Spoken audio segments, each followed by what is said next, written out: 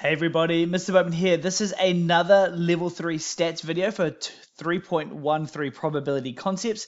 This is the question from the 2020 exam. Again, just want to note, like the previous video, there's only a question that was achieved by itself. There were heaps of other opportunities to get achieve marks from the merit and excellence questions. But let's get into question number 2. So we've got after exercise, blood sugar and dehydration. Levels of 80 year 13 students, 80 might be relevant for later on, from one school were measured. Blood sugar levels were classified as low blood sugar or normal blood sugar, and dehydration levels were classified as dehydrated and not dehydrated. So straight away, I'm already thinking, if you think of a two-way table, we're going to have our low blood sugar, high blood sugar. We're going to have dehydrated and not dehydrated. So maybe it's looking like a two-way table at this stage, but let's keep reading before we finalize our tool that we're going to use. So of the 32 students that were they had low blood levels, 20 were also dehydrated, and then we got 53 were not dehydrated. One student was selected at random. Calculate the probability that a student was dehydrated. So I'm definitely still thinking my two-way table line. So let's draw my two-way table. So let's start off with low blood sugar and normal blood sugar.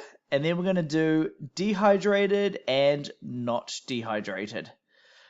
So I've got my table. We had a few numbers scattered. We had 80, which I circled before. We had 32, we had 20, and we had 53 here. So we need to find a home for them in the table.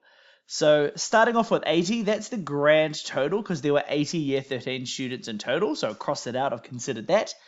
The next one, of the 32 students with low blood sugar levels, that sounds like the L total. So let's write 32 over here.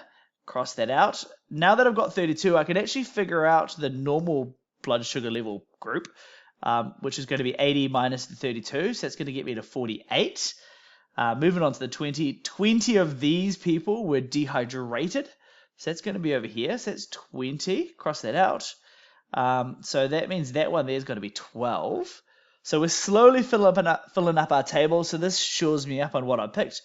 And then finally, we know 53 of them were not dehydrated. So that's going to be the not dehydrated total. So I've got 53 over here. So I can fill up this middle one here. Plus the 41 is going to get me to 53. I can now figure out the normal blood sugar one. So it's going to be 7 plus the 41 gets me to 48. And then finally, down the bottom, the dehydrated total is going to be 27. And this number is going to be really important because that's actually what we've been asked. Calculate the probability that a student was dehydrated. So our question, so the probability of D is equal to going to be 27 dehydrated students out of the 80 total. So 27 out of 80. And when we convert that to a 4DP decimal, we're going to get to 0.3375.